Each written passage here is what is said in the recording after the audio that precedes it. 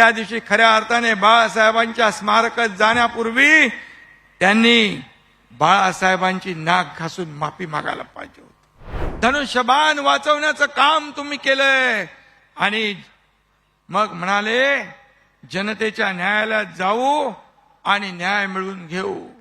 पण जनतेनेही त्यांचा उरला सुरला सगळा नक्षा उतरवून टाकला. याचे देखील साक्षीदार आपण आहोत. आणि म्हणून शिवसेना हा पक्ष, धनुष्यबाण आणि पक्षातले हजारो लाखो कार्यकर्ते हे सगळे बाळासाहेबांच्या आशीर्वादामुळे, त्यांच्या प्रेरणेमुळे आज आपण सुरक्षित ठेवू शकलो. शिवसेना आज वेगाने पुढे जाती आहे.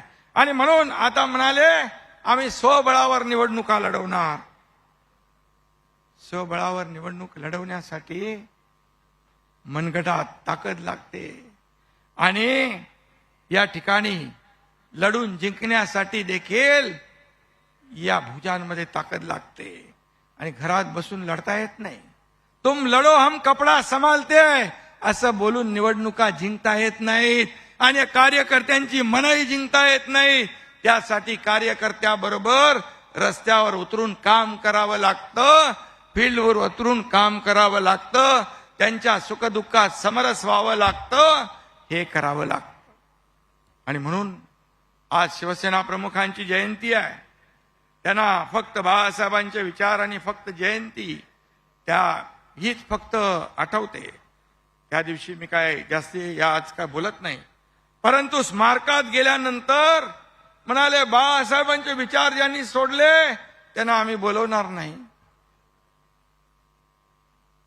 खरं म्हणजे जे बाळासाहेबांचे विचारांचे मारक ते काय बांधणार स्मारक, अशी परिस्थिती आहे. आणि म्हणून तुम्हाला हे बोलण्याचा नैतिक अधिकार नाही, कारण बाळासाहेबांचे विचार 2019ला सोडण्याचं पाप तुम्ही केलं. आणि म्हणून मी तर सांगतो त्या दिवशी खऱ्या अर्थाने बाळासाहेबांच्या स्मारकात जाण्यापूर्वी त्यांनी बाळासाहेबांची नाक घासून माफी मागायला पाहिजे होती. आम्हाला क्षमा करा, आम्ही चुकलो.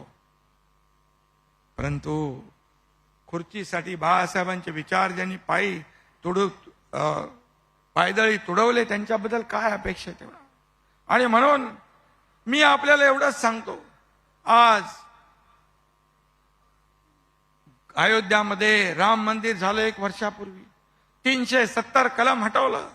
आदरणीय प्रधानमंत्री नरेंद्र मोदीजी आणि अमित भाईंनी हे काम केलं आणि बाळासाहेबांचं स्वप्न साकार केलं. त्यांना देखील अतिशय खालच्या पातळीवर तुम्ही टीका करताय, खालच्या थरावर जाऊन काय काय बोलताय, याचा देखील विचार करण्याची आवश्यकता आहे. पण स्वार्थासाठी ज्यांनी कमरेचं सोडून डोक्याला गुंडाळलंय त्यांच्याबद्दल काय अपेक्षा करणार आपण.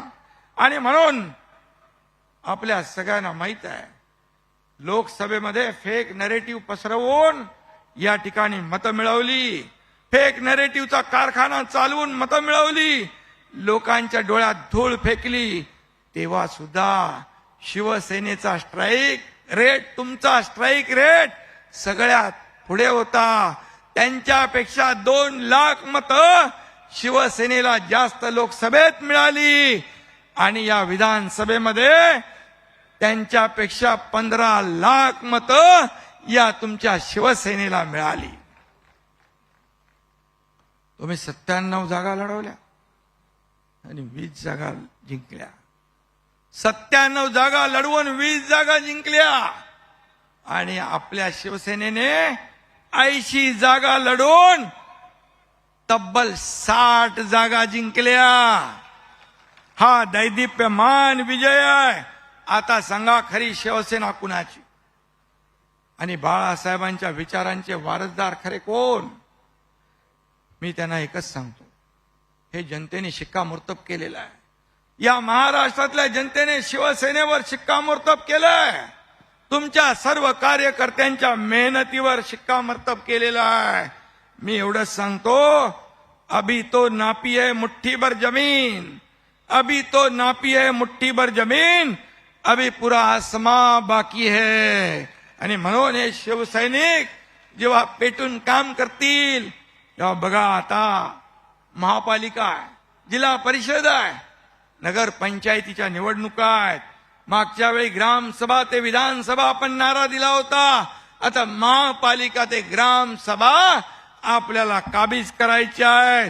स्थानिक स्वराज्य संस्थांच्या निवडणुकीमध्ये देखील आपल्याला असाच लकलकीत विजय मिळवायचा आहे. तो मिळणार 100% नाही, 200% मिळणार. कारण 2.5 वर्षातलं काम आणि आता सुरू असलेलं काम, आज देखील देवेंद्रजी आणि आमची टीम गेल्या वेळेपेक्षा दुप्पट तिप्पट वेगाने काम करणार. उदय सामंत इथं बसलेत, ते दावोसला जाऊन आलेत. किती लाखाचा MOU केला? 15 लाख कोटीचा करार आज दावोसला या आपल्या राज्याकडे गुंतवणूक येते आहे. आणि म्हणून मुख्यमंत्री देवेंद्रजी आणि आम्ही टीम म्हणून या राज्याला पुढे नेऊ, या राज्याचा विकास करू, या सर्वसामान्य माणसाच्या जनतेच्या मनामध्ये त्यांच्या जीवनामध्ये बदल घडवू. पुढलं वर्ष बाळासाहेबांच्या जन्मशताब्दीचा, या वर्षात शिवसेना महाराष्ट्राच्या घराघरात लोकांच्या मनामनामध्ये पोहोचवण्याचं काम आपल्याला करायचं आहे. गाव तिथं शिवसेना आणि घर तिथं शिवसैनिक हे आपलं मिशन आहे.